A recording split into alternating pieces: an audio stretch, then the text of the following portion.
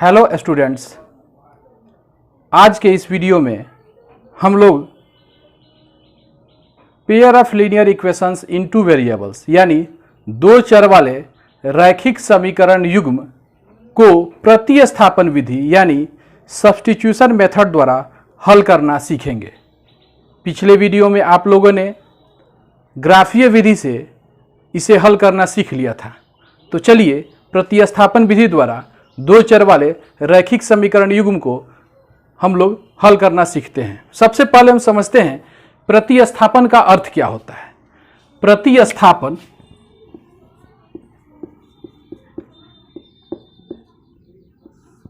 ये दो शब्दों से मिलकर बना है, प्रति और स्थापन। प्रति मतलब होता है एक और स्थापन मतलब स्थापित करना यानी रखना, एक के स्थान पर दूसरे को रखना। नाम से ही स्पष्ट है, यानी अगर दो समीकरण दिए गए हैं तो दो समीकरण में पहले समीकरण को हल करेंगे और एक चर का मान दूसरे चर के पद में ज्ञात करेंगे और उस मान को फिर हम लोग दूसरे समीकरण में रख के हल करेंगे। यहां देखिए, दिए गए समीकरण युग्म में से किसी एक समीकरण के एक चर का मान दूसरे चर के पदों में व्यक्त करके उसे दूसरे समीकरण में प्रतिस्थापित करके हल करने की विधि को प्रतिस्थापन विधि कहते हैं।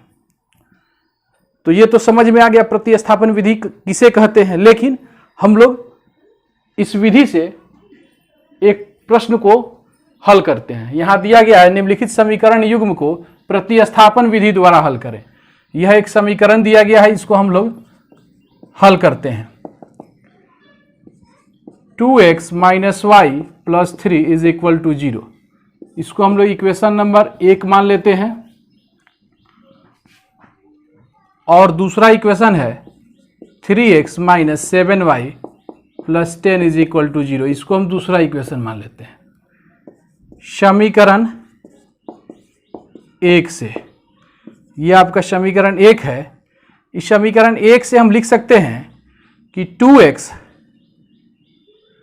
Plus 3 is equal to Y. लिखा जा सकता है आसानी से। y को हमने राइट साइड में भेज दिया तो 2x plus 3 is equal to Y, यानी y को हम लिख सकते हैं, यानी therefore y is equal to क्या हो गया 2x प्लस 3। अब इस y के मान को हम लोग इक्वेशन 2 में रख देंगे। अब y बराबर 2x प्लस 3, या ऐसे लिख देते हैं, अब y के मान को समीकरण 2 में रखने पर, हम लोग समीकरण 2 में y के मान को रखते हैं तो ये समीकरण 2 है आपका 3x माइनस 7y। तो y के जगह हम लिख देते हैं 2x plus 3, 2x plus 3 plus 10 is equal to 0। या फिर हम लिख सकते हैं 3x माइनस 7 दूनी का 14x माइनस 7 3 का 21 प्लस 10 बराबर 0। अब 3 में से 14 को घटाएंगे, क्या आएगा -11 और -21 और प्लस 10 कितना हो जाएगा -11 इज इक्वल टू 0। या फिर हम लिख सकते हैं -11x बराबर 11 लिखा जा सकता है। Therefore x is equal to हो जाएगा 11 बटा -11 यानी -1। x का मान हो गया -1। अब इस x के मान को हम यहां y में रख सकते हैं। इसको अगर हम 3 नंबर इक्वेशन मान लें, अब x का मान समीकरण 3 में या फिर 1 या 2 किसी में भी रखा जा सकता है। 3 में रखने पर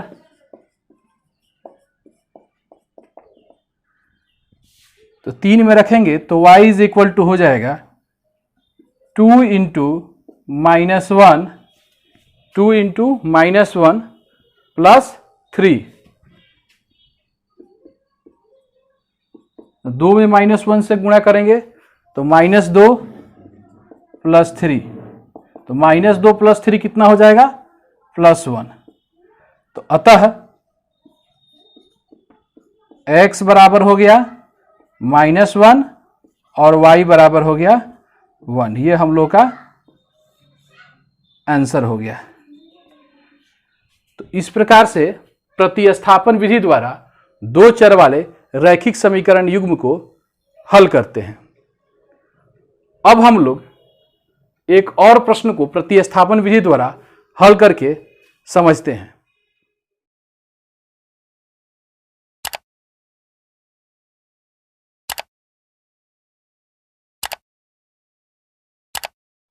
अब हम लोग एक और प्रश्न को प्रतिस्थापन विधि द्वारा हल करके समझते हैं।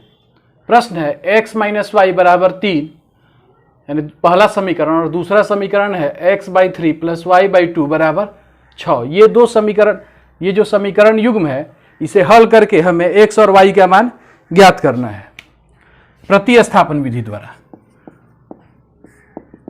तो यहां पर हम लोग x - y बराबर 3 को इक्वेशन 1 मान लेते हैं और x/3 + y/2 बराबर 6 को हम लोग समीकरण नंबर 2 मान लेते हैं। अब हम लोग लिखेंगे समीकरण 1 से, अब ये हमारा समीकरण 1 है, x - y बराबर 3, तो हम लिख सकते हैं x बराबर 3 + y लिखा जा सकता है। अब इस x के मान को, इसको हम इक्वेशन 3 मान लेते हैं।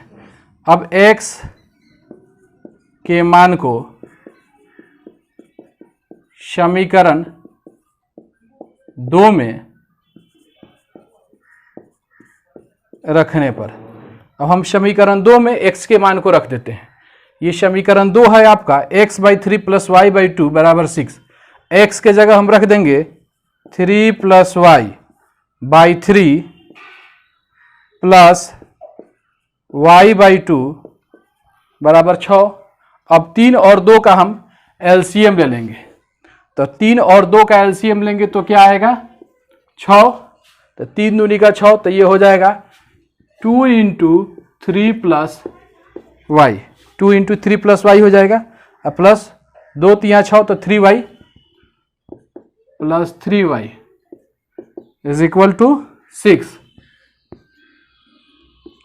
या फिर अब लिख सकते हैं 2 3 = 6 प्लस 2y + 3y = 6 6 या 36, 36 हो जाएगा।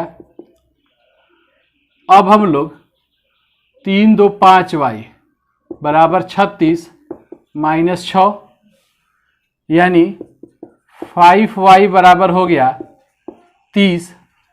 देयरफॉर y बराबर 30/5, यानी y का मान हो गया 6। अब इस y के मान को हम लोग समीकरण 3 में या 1 या 2 में भी रख सकते हैं, किसी में भी रखेंगे तो हमें x का मान ज्ञात हो जाएगा। अब y के मान को समीकरण 3 में रखने पर,